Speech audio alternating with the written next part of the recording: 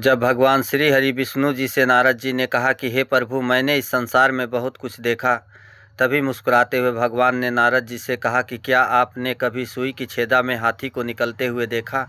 नारद जी ने कहा कि हे प्रभु, ये कैसे हो सकता है, यह संभव है। तभी भगवान ने नारद जी से कहा कि यदि अगर आपको देखना है तो मेरे साथ चलिए।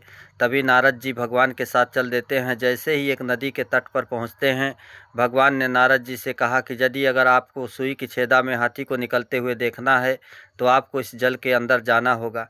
तभी नारद जी उस जल के अंदर जाने लगते हैं। जैसे ही नारद जी कमर भर जल के अंदर जाते हैं, भगवान ने नारद जी से पूछा कि क्या आपने सुई की छेदा में हाथी को निकलते हुए देखा।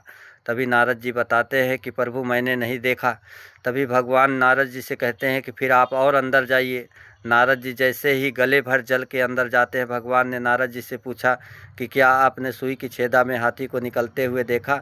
नारद जी ने कहा कि प्रभु, मैंने नहीं देखा। तभी भगवान ने नारद जी से कहा कि फिर आप और अंदर जाइए। जैसे ही नारद जी और अंदर जाते हैं, उस जल में डूब जाते हैं। फिर भगवान ने अपनी माया से नारद जी को नारी बना देते हैं। तभी नारद जी एक नारी के रूप में उस जल से बाहर निकल कर के आते हैं और भगवान से कहते हैं कि हे प्रभु, चले वैकुंठ धाम। तभी भगवान ने कहा कि आप कौन हैं, मैं आपको नहीं पहचानता। तभी नारद जी कहते हैं कि मैं नारद हूँ। तभी भगवान कहते हैं कि ये मैं कैसे मान लूँ।